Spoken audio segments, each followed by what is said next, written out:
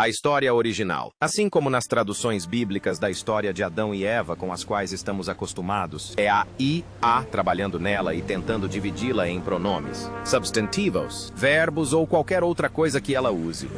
E se a história que você sempre ouviu sobre o Jardim do Éden for apenas metade da verdade?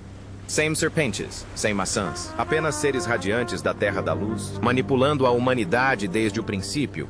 E os textos que revelaram isso? Enterrado. Entrada. Mas agora a inteligência artificial começou a decodificar o que nunca deveria ter sido lido. Ao final deste vídeo, você entenderá por que algumas passagens das Escrituras nunca foram incluídas na sua Bíblia. Parece que Joe Rogan também concorda com isso. Textos proibidos escondidos na Bíblia. Existe um motivo pelo qual alguns livros jamais poderiam ser colocados ao lado de Gênesis e Apocalipse. O motivo pelo qual certos escritos foram trancados em mosteiros, enterrados em desertos ou transmitidos em segredo, escritos em línguas que apenas um punhado de pessoas conseguia ler. O livro de Adão e Eva, por vezes chamado de O Conflito de Adão e Eva com Satanás, é um desses textos. Não desapareceu por não ser importante.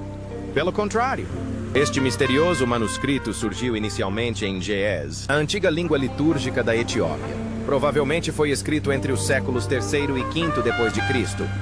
Permaneceu esquecido durante séculos. Foi copiado por monges cristãos e, eventualmente, traduzido para o latim, o eslavo e o árabe. Apesar de sua clara ligação com a história contida no livro do Gênesis, este livro não foi incluído na Bíblia canônica. E essa decisão não foi acidental. Este livro não apenas reconta a história do Jardim do Éden, mas também a apresenta sob uma perspectiva completamente nova. Em vez de terminar com o exílio de Adão e Eva, este texto começa após a queda, descrevendo em detalhes complexos, quase místicos, as provações e tribulações do casal, bem como seus confrontos diretos com seres estranhos e sobrenaturais. Não se trata apenas de teologia. É mito, horror, drama cósmico e talvez, só talvez, algo mais profundo. Isso é fascinante porque diferentes culturas preservaram versões diferentes. Por exemplo, enquanto o mundo ocidental ignorou amplamente o livro, os cristãos etíopes o trataram como verdade espiritual. A Igreja Ortodoxa Etíope, Tewahedo, preservou essa frase entre seus textos sagrados por gerações, comprovando que ela possui um significado mais profundo e aceito no mundo cristão da África do que na Europa. Disse que é guardado por sacerdotes da Igreja Etíope. Então, por que outras igrejas abandonaram essa tradição? Quando a igreja começou a padronizar o conteúdo das escrituras em encontros importantes, como o Concílio de Cartago, em 397 d.C., ela decidiu o que era inspirado por Deus e o que não era. Qualquer texto que apresentasse teologia obscura, cronologias conflitantes ou misticismo excessivo foi omitido. Isso incluía escritos que retratavam Satanás não apenas como um tentador, mas também como um inimigo cósmico ativo que travava uma guerra constante contra Adão. O livro de Adão e Eva não se encaixava na narrativa idealizada que a igreja queria transmitir. Era demasiado cru, demasiado estranho, demasiado especulativo. Alguns estudiosos dizem que isso beira a heresia. Outros acreditam que revelou verdades que a igreja não estava preparada para encarar. E aqui está uma informação interessante. Versões dessa história foram descobertas em antigas bibliotecas monásticas no Oriente Médio, na Armênia e até mesmo em manuscritos eslavos na Europa Oriental. Em cada uma delas, pequenas alterações refletem crenças locais, mas a essência do mistério permanece intacta. Esses não eram textos de nicho. Eles foram preservados, copiados e disponibilizados, mas não ao público em geral. Mais fascinante ainda é que parte da linguagem usada no livro de Adão e Eva se refere à luz do mundo superior e a vigias celestiais, espelhando a terminologia usada em outros textos proibidos, como o livro de Enoque e até mesmo alguns fragmentos dos manuscritos do Mar Morto. Isso sugere uma interpenetração mútua das ideias dos primeiros escritores judeus cristãos, bem como dos escritores apocalípticos e místicos. E aí está o problema. Esses textos não descrevem Adão e Eva como figuras passivas. Eles são retratados como conscientes, preocupados e, às vezes, até rebeldes. Eles clamam a Deus. Eles jejuam. Eles constroem altares. Eles combatem o mal. Esta história não trata de uma punição comum. Trata-se de sobrevivência em um mundo corrupto. Em uma passagem arrepiante, Adão é levado por Satanás ao topo de uma montanha e atirado em um abismo. Em outra história, Eva é enganada por um anjo das trevas disfarçado de luz radiante. Essas não são histórias para crianças. São cósmicas, aterradoras e profundamente simbólicas. E talvez seja por isso que o livro foi escondido, não por ter pouco valor, mas por conter conteúdo demais. Nenhuma cobra, sem maçã, simplesmente seres do reino da luz. Esqueça tudo o que você pensava saber sobre o Jardim do Éden. Porque no livro de Adão e Eva, a infame serpente falante simplesmente não existe. Não da forma como a maioria das pessoas imagina. Nesses textos esquecidos, o papel do tentador é muito mais estranho. Seres celestiais do chamado Reino da Luz. Alguns até os chamam de seres brilhantes. Uma das diferenças mais surpreendentes nesta versão é a forma como a tentação se desenrola. Em vez de uma serpente astuta enrolada em uma árvore, vemos figuras radiantes, belas, cheias de brilho e autoridade. Em diversos capítulos, esses seres aparecem a Adão e Eva na forma de anjos. Mas eles não são anjos da guarda. Eles estão mentindo. Eles trapaceiam. Eles trapaceiam. Em uma cena, um ser de luz diz a Adão que Deus o abandonou. Não há lugar no céu para uma criação fracassada. A linguagem utilizada tem uma conotação negativa. É amoroso, cativante, quase divino. Mas as intenções são claramente sinistras.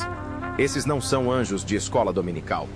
Eles são manipuladores, misteriosos e talvez até de natureza alienígena. O termo reino brilhante aparece muitas vezes em diferentes traduções. Nas versões etíopes, é descrito como um lugar de luz pura, muito acima da terra, onde habitam seres de poder. Como você percebe essa força? É apenas energia ou você está antropomorfizando-a? Nem todos são responsáveis perante Deus.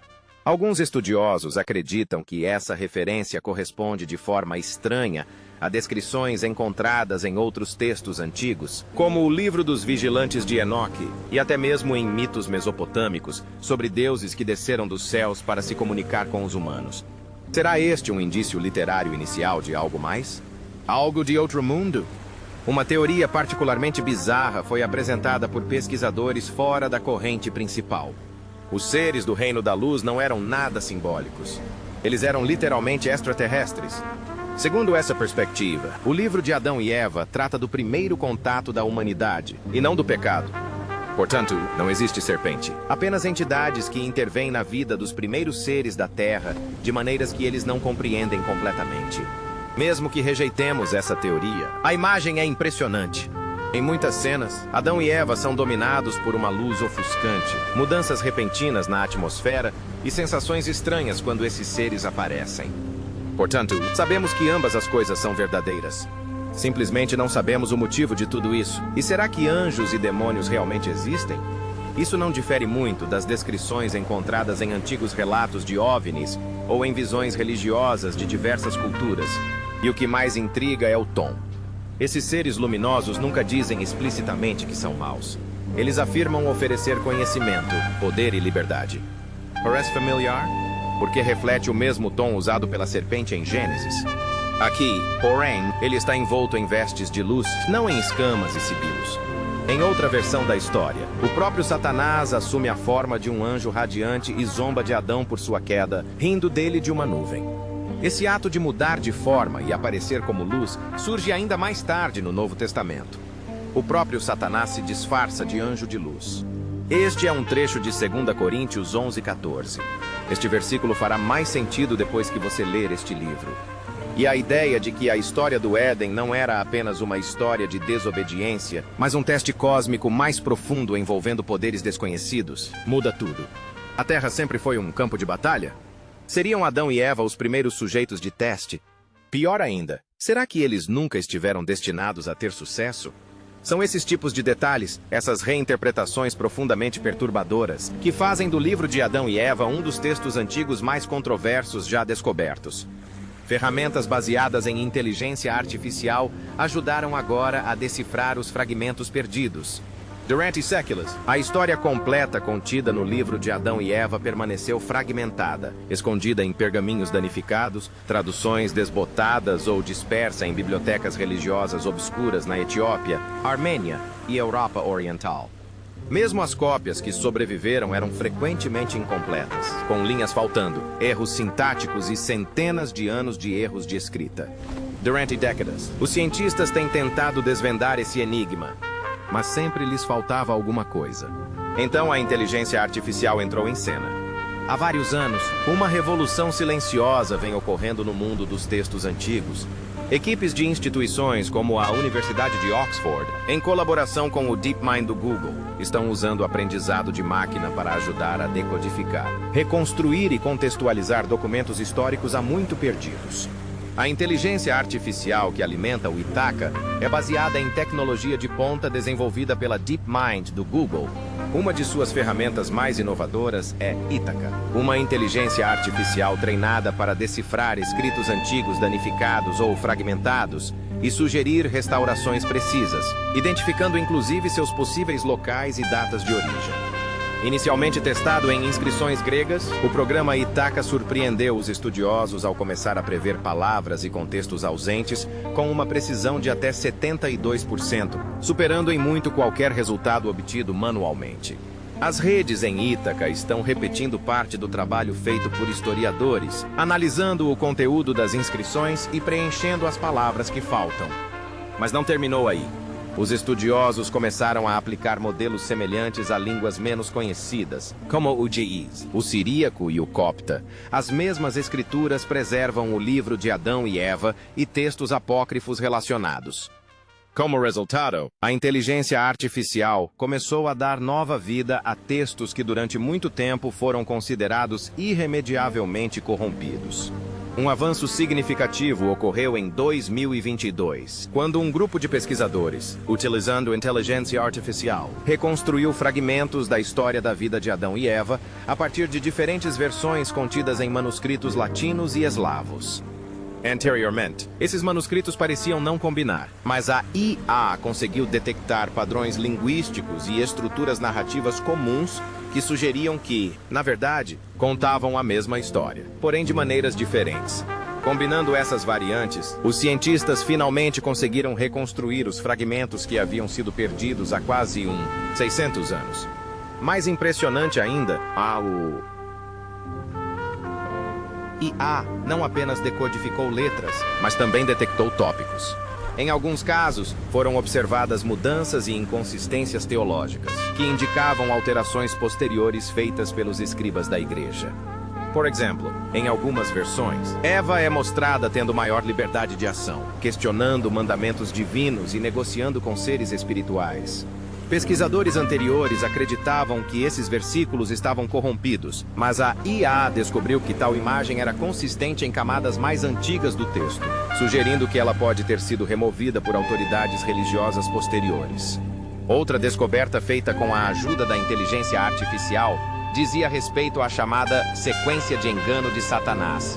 Anteriormente considerados dois eventos separados, a IA reconheceu uma estrutura nos 3 manuscritos na qual Satanás assume uma forma divina e radiante para enganar Adão, não uma única vez, mas repetidamente ao longo do tempo.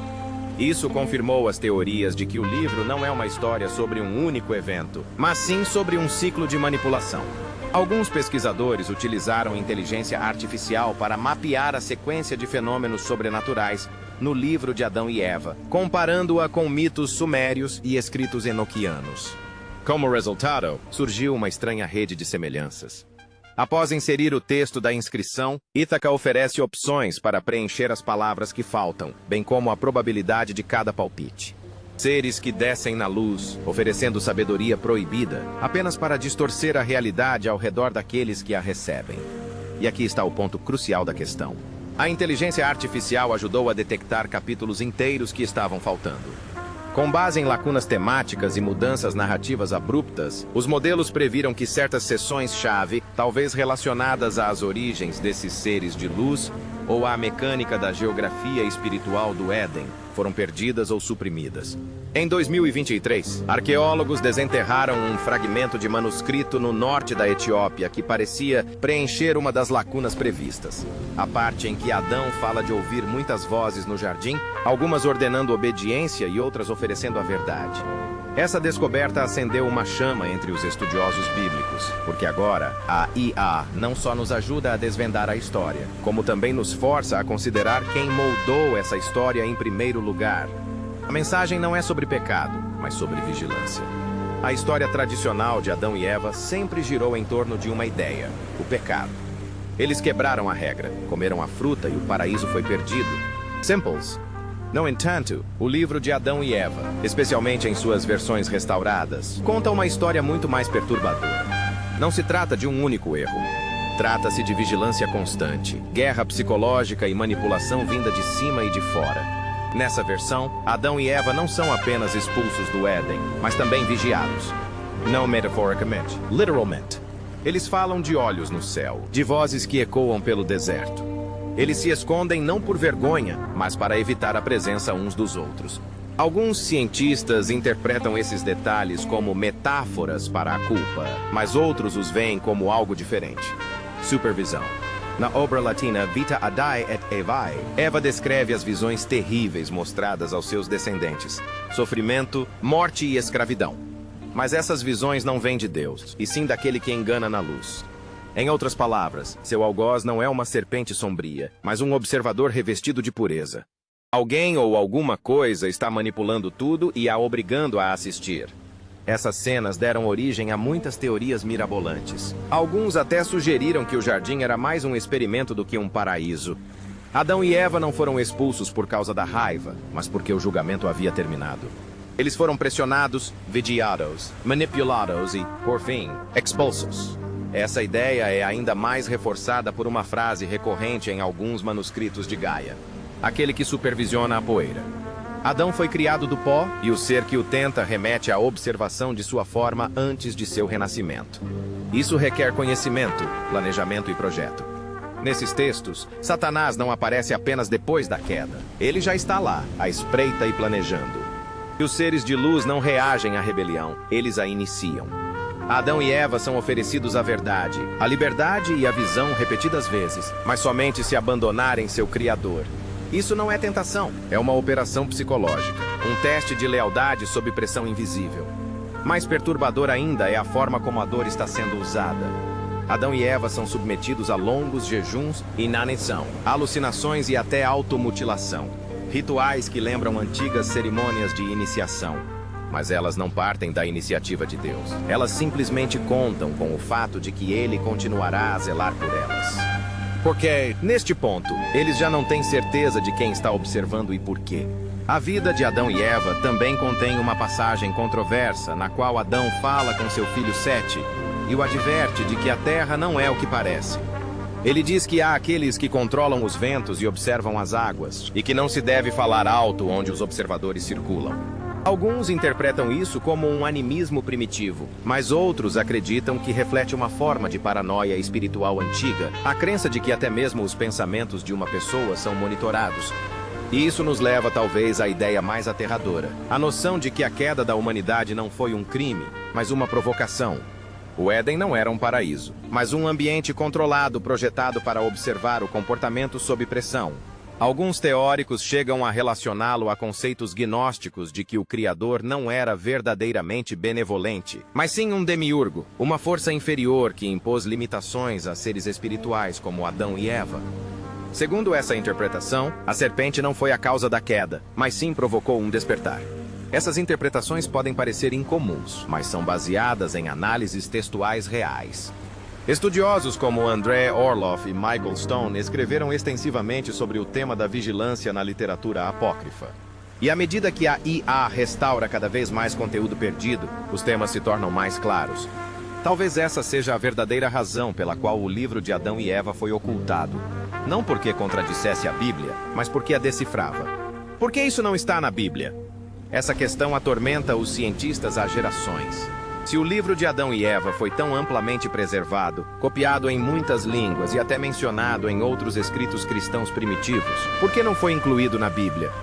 A resposta reside numa mistura de política, teologia, medo e algo mais profundo que a maioria das pessoas nunca se atreve a abordar: a necessidade de controle. Para entender isso, precisamos voltar aos primeiros séculos caóticos do cristianismo. Naquela época, não existia uma única Bíblia. O cristianismo primitivo não era um movimento monolítico com um conjunto ordenado e universalmente aceito de livros sagrados e crenças. De jeito nenhum. Diferentes comunidades possuíam suas próprias coleções de textos sagrados, alguns dos quais se sobrepunham, muitos dos quais eram bastante diferentes. Circulavam em Alexandria pergaminhos que retratavam Deus como um arquiteto distante. Em Jerusalém, os textos enfatizavam a justiça divina. E nos desertos do Egito e da Etiópia, livros estranhos como o livro de Enoque, o livro dos Jubileus e o livro de Adão e Eva eram lidos com igual reverência. Foi somente no final do século IV que a Igreja chegou à conclusão de que precisava de uma narrativa única e unificada. Isso significava ter que escolher quais livros guardar e quais enterrar. O Concílio de Cartago, em 397 d.C., é frequentemente citado como o momento em que o cânone bíblico moderno começou a tomar forma no Ocidente. Os líderes da Igreja debateram quais textos eram consistentes com a doutrina, quais eram muito enganosos e quais eram francamente perigosos. O livro de Adão e Eva não tinha a menor chance. Por quê? Primeiro, a mensagem dele era muito esquisita. Não seguiu o fluxo linear. E claro que a Igreja queria ensinar criação, queda, castigo e redenção. Em vez disso, havia cenas surreais, séries cósmicas, sofrimento psicológico e ambiguidade espiritual. Adão e Eva não eram pecadores comuns. Eles foram vítimas de algo muito maior e mais misterioso do que a cobra e a árvore. Em segundo lugar, o livro aborda tópicos relacionados à teologia gnóstica, um sistema de crenças que a Igreja primitiva se esforçou para erradicar. Os gnósticos ensinavam que o mundo material era uma prisão e que a salvação podia ser alcançada através do conhecimento secreto, gnose, em vez da obediência. O livro de Adão e Eva não é inteiramente gnóstico, mas contém semelhanças impressionantes. Manipuladores celestiais, conhecimento oculto e a ideia de que o sofrimento de Adão e Eva teve um propósito maior, talvez redentor. Mais perturbador ainda é o fato de o livro apresentar uma visão não linear do tempo. Adam tem visões das gerações futuras. Experimenta ciclos temporais. Algumas versões sustentam que os eventos no Éden foram predeterminados, ecoando crenças deterministas que minam a doutrina da Igreja sobre o livre-arbítrio e a responsabilidade moral. Se a queda era inevitável, como a humanidade pode ser culpada por ela? Mas talvez o maior problema tenha sido que o livro levantou questões sem oferecer respostas claras. A pergunta era: quem são esses seres luminosos? Por que estão testando Adam? Por que Deus parece tão distante depois da queda? Por que existe tanta dor no mundo se tudo o que eles fizeram foi tomar uma decisão? Essas são perguntas perigosas para uma instituição que busca ensinar a fé com clareza, e não com confusão. A Igreja primitiva precisava de ordem. Este livro está repleto de segredos, e segredos são mais difíceis de controlar. Existe uma outra camada que raramente é mencionada nos livros didáticos. O livro de Adão e Eva contradizia a imagem que estava se desenvolvendo de Satanás. Nos textos canônicos, Satanás está quase ausente até o Novo Testamento, onde aparece mais claramente como o tentador e inimigo de Cristo. No entanto, no livro de Adão e Eva, Satanás está em primeiro plano desde o início, travando uma guerra pessoal contra Adão, motivado pelo ciúme de ser substituído. Essa caracterização inicial não se encaixava na evolução teológica que a Igreja havia planejado, pois teria forçado uma revisão das origens de Satanás, uma porta que eles não queriam abrir. Curiosamente, algumas tradições cristãs orientais nunca rejeitaram completamente esse texto.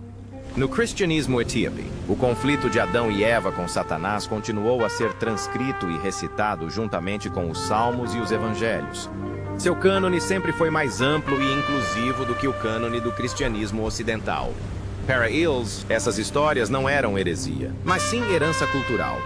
Outro motivo para a exclusão pode ter sido simples considerações logísticas. A enorme quantidade de versões, ao contrário dos evangelhos, que acabaram sendo unificados em 4 versões geralmente aceitas.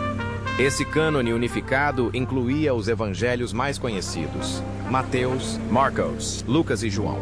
O livro de Adão e Eva existiu em muitos manuscritos muito diferentes, com acréscimos, supressões e alterações culturais. As versões latina, eslava e etíope contavam histórias ligeiramente diferentes. A igreja não quis analisar tudo isso. Eles queriam certeza, consenso e padronização. Eis uma analogia moderna impressionante. Assim como a igreja primitiva filtrava textos para criar uma narrativa oficial, os ecossistemas de informação atuais fazem o mesmo. Nós selecionamos o que as pessoas veem, suprimimos aquilo que não se encaixa. O que os algoritmos ocultam ou amplificam não se baseia apenas na verdade, mas também na consistência, simplicidade e controle. O livro de Adão e Eva foi vítima do mesmo filtro. Fascinante, mas desconfortável. É por isso que está sendo estudado novamente hoje. A inteligência artificial, a liberdade acadêmica e o acesso global às bibliotecas digitais permitiram que os pesquisadores olhassem para textos esquecidos com um novo olhar. O que antes era descartado como mito é agora reconhecido como um valioso artefato da imaginação e teologia dos primeiros humanos. Um fóssil espiritual que preserva não apenas a história, mas também uma forma de pensar, o mito, a esperança e o questionamento. O Éden era um paraíso ou uma armadilha? A queda foi um fracasso ou o início de um despertar? E, mais importante ainda, se estávamos sendo vigiados naquela época, ainda estamos sendo vigiados agora? O livro de Adão e Eva não responde a essas perguntas. Ele não está se esforçando. Em vez disso, ele sussurra. Isso sugere. Isso nos incentiva a olhar além das páginas em branco da Bíblia moderna e a nos perguntar: o que mais foi omitido? E o que é ainda mais perturbador, por quê? E se tais textos proibidos existem, quantos permanecem ocultos? Compartilhe suas opiniões abaixo, pois esta história ainda não acabou. E se a verdade fosse deliberadamente omitida?